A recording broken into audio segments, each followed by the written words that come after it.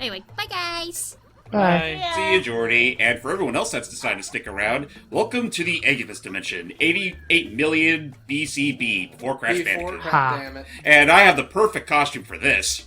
That's already unlocked from the get-go. Bunga bunga. Marsupus I will be erectus. back, guys. Alrighty. Oh, show Sealy Coco's variant, because it's also kind of cute. Because it makes her look like freaking Tina Turner with a hairdo. I mean, yeah, it does kind of look nice on her, but I do want to give Crash a little more love this session, so we'll stick to him in his caveman costume.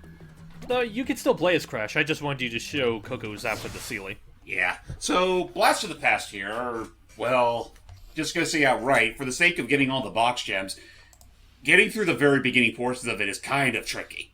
Oh, this has also one of my favorite sounds in the game. Oh yeah, when you jump on a certain enemy. It's just listen to it when we get up to it. But yep, this is not the demo stage, but introduction to it or to the world. Oh yeah, no, the demo stage won't be is actually not to the very end of the world. Ironically, Yeesh. Gotcha.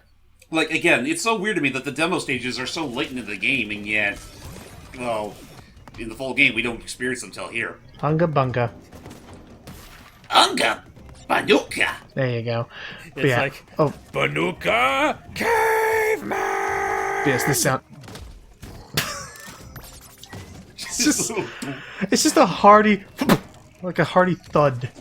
Oh, not there. Stay down. But yeah, it's, I don't know. It's, Up. and thus he stayed down. And that is why the Banuka Caveman went extinct. It wasn't an asteroid. It was a rogue crate. That was just, it does make a caveman wonder why are there crates and whatnot in the before Crash Bandicoot times. I blame the time. What's it? Oh, crates, James, crates. Oh, and I'll say not only that, you actually missed a couple crates you were running past because this level still does it. I mean, at this point, ladies and gentlemen, I'm not going to make too big of a mistake if I miss a few gems, just because again, the criteria for getting the costume starts to become a lot more strict. What costume do you get from this one anyway? For this area, you get Crash if you look like a fusion between a Bandicoot and a Triceratops. Okay, I don't mind if you missed this one because it's not really one of my favorites. I don't mind it personally, but I do sort of agree. It's not the most solid of Crash's costumes. Coco's variant of it's not too bad. It's like I get what they're getting with. It just looks so weird. At this point, I'm not even going to bother with the box gem. I'll just grab the Wumpas, try to get as few deaths as possible, and hope for the best. Okay. Okay. Well, I think you're already on death too, so. Yeah, so I gotta watch myself. Oh, okay, careful. Besides, I do have an inkling where the hidden gem period is anyway, so we should be fine. Okay. Again, if I want these costumes that badly, I'll go back to them via the inverted level. That's fine. The ones that I don't mind skipping out on for the sake of recording. No, I'm just. I was gonna say, why are we here actually in terms of the plot? Like we just saved Cortex. The next mask is here. Ah, okay. We will find him. All the way in the Stone Ages. We will find him. So, He's not one. he's not one. Sorry, no. I was actually making an old dumb Emperor. Oh crap, Matt. What's the name of the Superman villain again? Zod? Yeah, He had to be RB. that is true. I was making an old Emperor Zod meme from Man of Steel. He's like, I will find him. Everyone made the joke of like, wow, he is really passionate about playing Where's Waldo. Oh yeah, to get Sealy caught up on her Crash knowledge, well, what little it is at the moment, the reason why this area is called... Welcome back, Matt. The reason why this level is called the Agapus Dimension is a reference to a hidden level in Crash 3 called Agapus Rex. Oh yeah, I remember. That was one of the hidden levels in Crash 3. Oh look, that's one of the Wrath of Cortex masks on the tree. Oh shit, yeah, it is. It's I think that was the air one, wasn't it? Yeah, and earlier in the level, spoilers. Earlier in the level, we could have seen the rock one as well on a boulder. Oops. Leave my levels alone! That's Wawa. Okay, honey, whatever you say. No! There's Wawa right there. But yeah, it's like, but yeah, that's the thing that, in case you didn't miss it, man, is that like since box since the levels are now asking for more gems for costumes, Gems is just not caring anymore. It's all good. But yeah, James is gonna see right here on the boulder up on our right is Wawa. Oh, it is Wawa. Holy shit. Oh. Can we actually get, like... Can we please just get the, a Wrath of Cortex, like, remake or something, or in the next game have them? I mean, at this point, I just say reboot it.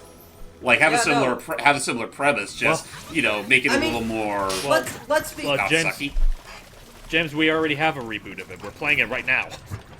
Not what I mean by that, but, I know. Someone's gotta talk. I'm pretty much the one who pointed out that this game is a reverse of Crash, like, of Wrath of Cortex. Instead of fighting 4 evil masks, we're teamed up with 4 good masks. And, no, it pretty much is if you think about it. And instead of fighting a Bandicoot that's very top-heavy, we're being helped by a Bandicoot that's being very bottom-heavy. Ha! Wow, you actually did That was it. a good one. That's really good. I was gonna say that. We have to come back here later.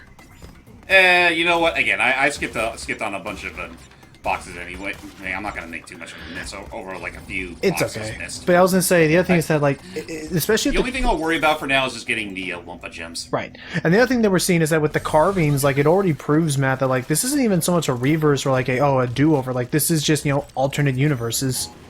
Yeah. Right. Like they more or less make that clear that they're playing around with the concept of a multiverse. Oh yeah. No, I know. But still, and for all we know, in another multiverse that's not in this game, Wrath of Cortex is happening as intended. Yeah, that's fair. In another universe, the Titan games are also a thing, because Lord knows they don't acknowledge anything aside from the first game. Can we have a universe? Well, Can we have a universe where people actually, don't hate Wrath of Cortex with all their heart? If I can just go back real quick, James, you say that.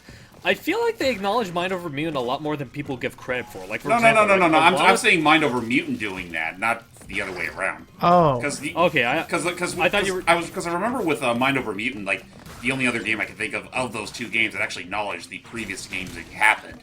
Like, they acknowledged that, like Rio had said himself, I was in the first game! Yeah, and in the first one, Crash the Titans, they acknowledged that Team Racing happened. They did? Well, I mean, granted, it was the same developer, so... I thought you were talking about, like, living in a universe where the Crash games remember that the Titans games existed, and I was like, the way you worded it, sounded like you made it sound like only Titans was remembered. I'm like, no, if anything, they bring back mention more of Mind Over Mutant than they do Titans. I mean, true. That is very true. And yeah, James, yeah, you remember the whole Tiny Tiger thing. You didn't even invite me to the last game. Yeah, it really hurt. And there's the hidden gem, and I missed it like a butts. That, I'm going to say right now, unless there's like a really clear hole or something, that is a gem I don't think you will ever know it's coming until you've missed it the first time. Again, trial and error at its most aggravating. I never... Okay, I guess right there you could have looked ahead to see it, but like it's... I'll be right Okay. back. Okay. It's usually very strict, but you know it is. I hate something where you would never know of it unless you died to it once. I hate those Honestly, kind of you know what traps. Nice. By the way, you know what I call this level? What? The Croods level. Especially when that... I mean, he does look like a crude furry. with a mug like that. He's Grug's furry. He's Grug's furry. I mean, I'm he the only doesn't. one that actually likes that movie, and I'm looking forward to the sequel. I mean, I never really cared for the movie either which way, but it's like, for those that like it, I mean, I'm not going to hold that against you. But with that said, actually, I will definitely say in regards to the Marsupius erectus, whatever this costume's called for Crash, I'm not really a big fan of the beard. Yeah, they could have done. He could have done with a little bit of a shave, but it's time. You got a problem with beards? That's something. On that note, let's. I don't mind beards. I mean, hell, I have one myself. Just looking at Crash with one. Yeah, it's I like, know. It needs It's to not be very good. tamed. it's so weird. I need something a little more appropriate for the dinosaur ages. That's more like it. Well, not only that, we're about to play someone else with a much more tamed beard. Yeah, because, yes, our very first level, this is the introductory level for our last major character aside from Crash and Coco, Neocortex. How do you feel about it, Hype? He's gone right now. Oh, that's about cinches it. It's a little bit later than we normally do. So again, these are like more casual sessions for us. Right. And we're just doing this now anyway, because the Agabus Dimension is another one of those, short levels, only 3 levels long, and all that jazz. Let's see how these prehistoric predators like my blaster's new settings. Boop. I call this one Nuke, and he just fires it. Yeah. Anyway, I'm back. Puppies have been put to bed, and I have chocolate milk cookie with me. Anyway, I said this to them. I don't think you heard it, Steve, because I think you left. I honestly call this world the Crood's world. Well, I mean, like, Coco's outfit does very much give, like, a Crood's vibe. Not just her, but also with Crash as well. Yeah, no, Crash, honestly, let's be fair, he looks like Grunk's furry. So Grunk's what is... persona. So for those who didn't see our demo playthrough, what does the new blaster do? It turns enemies into blocks. Very beady-eyed, soulless blocks. That's Scared terrifying. blocks. Yeah, they're Not scared. just any blocks. It turns them into cello. They laughed when I added blockification. Well, who's laughing now? Me. Not me, sir, that's for sure. Can I change back now? No. Can you imagine Ken sounding like that? See, like... I am in No. constant pain. Did I watch an English dub episode with you or two? You did, and we both remarked on how the voice actress for Lynn was adorable. Oh yeah, Sandy Fox. And the fact that fucking Dave Norton... Oh, down there, jump down Duran there. Norris. Or Dan Norris, sorry, whatever. There we go. There. He's goddamn... fucking... He's what's Ray. his- Yeah. Ray. Yeah.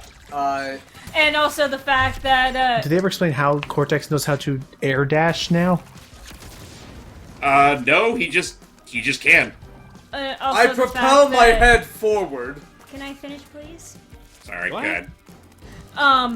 The voice actors for Ken and Lynn are married. Huh. Lex Wang, Sandy Fox. And the voice actors for Shin and Yuria are married or are engaged. Yeah, how adorable.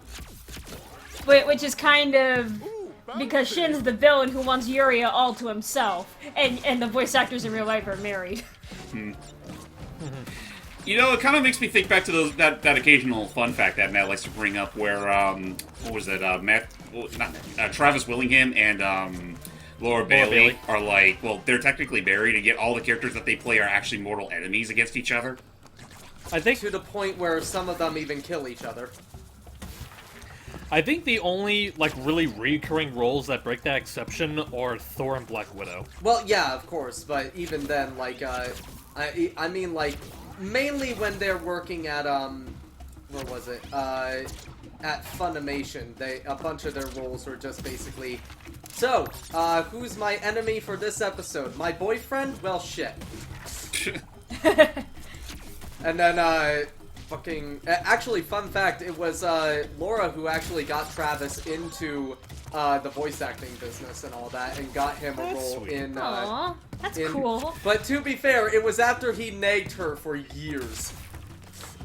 Okay, I'm gonna look up something because I'm curious. Well, at least I don't have to worry about that, because I'm happily married to my research. And then there's another great like couple that I didn't know for a long time was until it was brought up to me, but Mary Elizabeth McGlynn and Steve Bloom. Yeah, that's what I was saying. Shin and Yuria. Those are the Oops. voice actors I was mentioning. Oh, boy. So you're talking about that? Okay, sorry, I didn't know you were talking about. Actually, You know, I'll um, never get over what Steve Bloom said to me when I met him and got his autograph. Are we not going to pay attention to the fact I literally became the devil himself? But actually, if I can, since we're just talking about VA couples, I do know one that I don't think I got to talk about often, but I think the guys might find funny. SpongeBob's voice actor Tom Kenny. Oh yeah, I don't know. His I don't wife know and that his fact. his wife in real life is Karen's voice actress. Oh, wow. Oh That's yeah, right. that's right. Karen, my dear, I thought we had something special. I'm so sorry. I'm so sorry. I'm so sorry to Tom Kenny and him, but just the first thought that came to my head was like, and how would you just them, like, I'm so sorry. I don't know where my brain went with this. I'm so sorry, but it's just the image in my head. I can't get out of my head of it being funny-ish. Is them at like a counselor kind of thing. It's like, how would you describe your relationship so far? 1% evil, 99% hot gas. Hot gas. I'm so sorry. That just came to my head. I'm sorry. I'm sure they are doing wonderfully with all these great years, and it always is cool to me to be able to share like experience on a project like that. Yeah, I mean, basically, like, it doesn't even have to extend to just marriage. Like, it could just be, like, even best friends. Like, for example, Logan and me met in an Earthbound project where, ironically enough, we voiced enemies. Yeah, that is true. And then I have no friends. I'm just kidding. No, I'm trying to think. What's another good one? Marisha Ray and Matthew Mercer, they're also a great couple. And, Matt actually recently put up his proposal video that he did, and Marisha is fucking adorable. Careful. Sorry, that was a bad idea. Yeah, this part here, this is where these platforms in particular can be pretty tricky to time, especially with the lava, because the lava can very deceptively hide your drop shadow since it is also yellow. By the way, I just realized something with Cortex and all that. I just realized what weapon he is using. He's using Megamind's dehydrator. It does remind me of that. Nice. We're almost out of. Almost made it out of the woods. I feel kind of sad that we ended up talking over him, contemplating getting himself a volcano. No, I saw that, and I was about to ask, like, have there ever been good guys with volcano lairs? Not that I know of. Not that I'm aware of. It's usually the bad guys that get them. Fuck it, now I want to write a character who has a volcano layer that's just turns out to be a really good guy. He's like, I'm sorry, it was just the cheapest real estate available. Do you have any idea how much the ice layers cost? To be fair, I have there is a D&D character that I want to eventually use who is legitimately a half-dragon necromancer who is just a very, very nice, charming British man. Or, no, sorry, German man.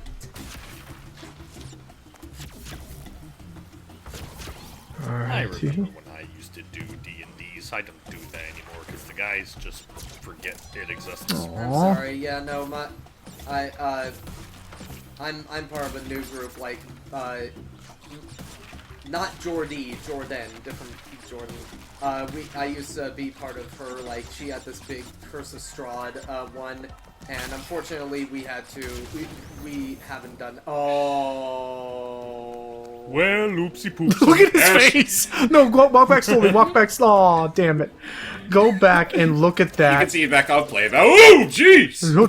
I'm saying, I'm serious. Everybody, like, people go back and watch his face as he was slowly walking back. That had the look on his face of. You will go back for that one box, so help me. Okay. Just please watch it. It's worth it. I swear that face was so. Whoa.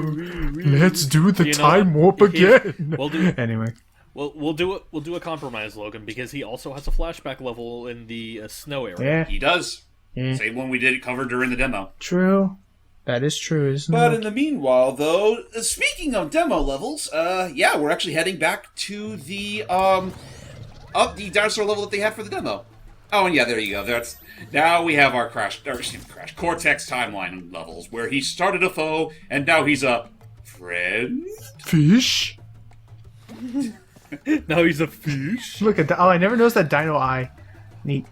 Oh yeah, there is a dino eye over there. How appropriate, considering it's time for Dino Dash. I always like that in these little world level Oh look, yeah, that is a skin that James will be going back to get. And we'll talk about that skin later. But yes, yeah, simultaneously James's favorite and Matt's most hated. Well, again, I like it. I agree, and again, I agree with James in liking it because of what could have been and what it represents, what they had the ability to do, but possibly ran out of time, and who knows, maybe a budget, maybe a patch, or maybe an update, or can add more to it. Even beyond that little detail, I still think it's one of the more out there costumes Crash and Coco has, because yes, Coco has her own variant of it. That she does. This is making. Also, this dino levels remind me of freaking Land Before Time.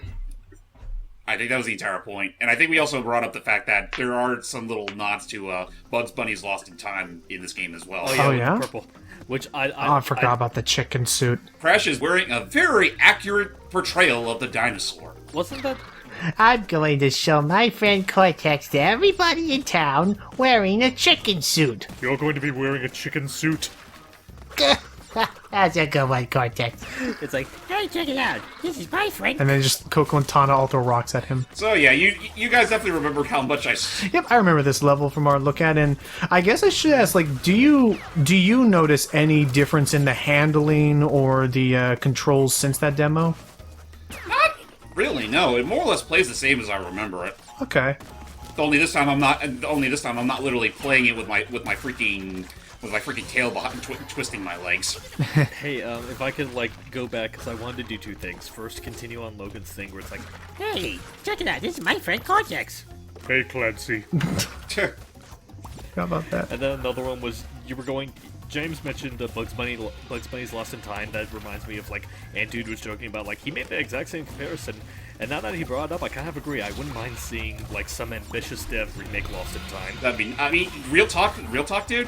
I've been on a very huge, like, Looney Tunes vintage binge this past while. Not so much with the shorts, but, like, all the advertising in between.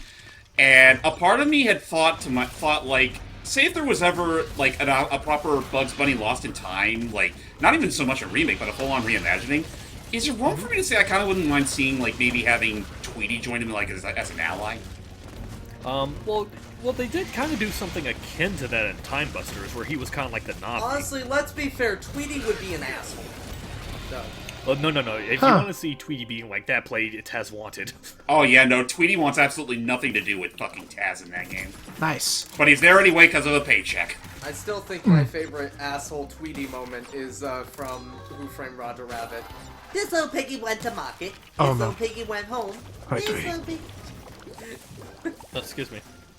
I thought, and a random dumb thing, I did like the, darn, Damn it, so much for that, perfect. you're so close, and there's a flashback, well, I did also think it was stupid but funny that lip-syncing, that lip-syncing, like, YouTube poop edit somebody did with Spinell from Steven Universe doing the Tweety thing. Oh, I love This is a that. pity way to market. And oddly, like, the voice itself oddly fits with Spinell. Yeah, works with her whole, Honestly, I think it works because both of them have like a Brooklynish accent.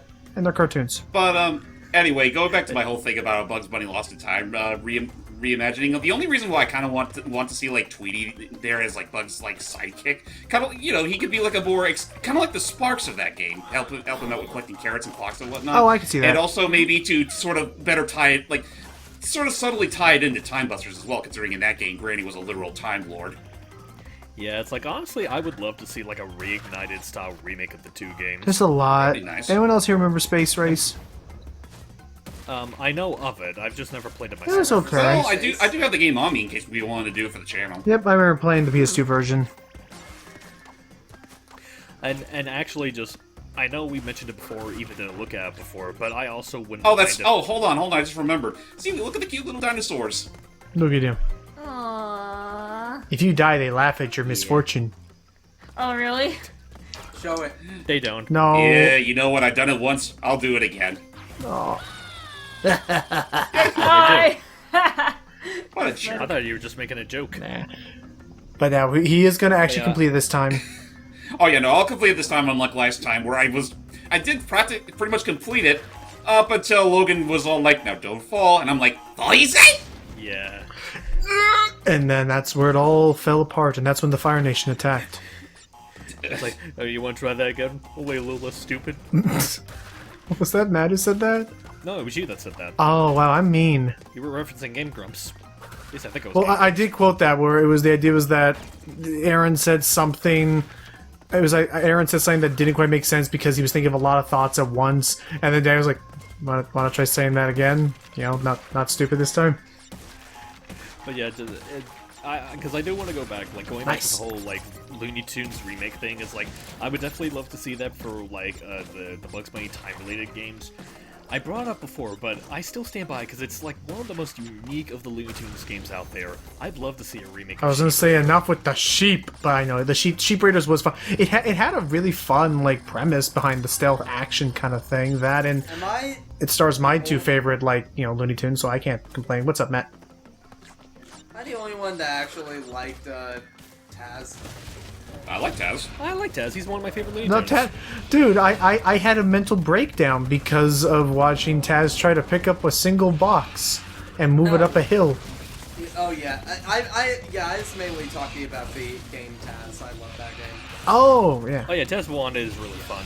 They had a pretty good division of I'll games. be real with you guys. I wanted to like that game because I did give it a quick test run a while back. I can't get into it for the sole reason that the freaking guards that you have to deal with are a much bigger nuisance than the game lets on. Yeah, the game does. Even playing as a kid, my sister and I were like, these guards are actually right. This is right. The checkpoint was right there. Well, yeah, it's like.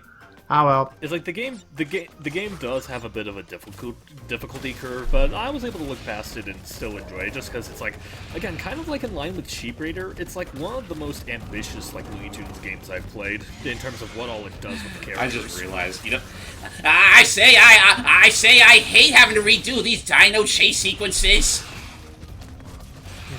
That dino's one cabin short of a barn. I don't know what the hell that means. Move on. I don't think anything that Foghorn says makes any lick of sense. Careful, careful. Nice. Sealy, who's your favorite Looney Tune? Bugs. Can't go wrong with the classics. A simple answer, but a valid one all the same. Yeah.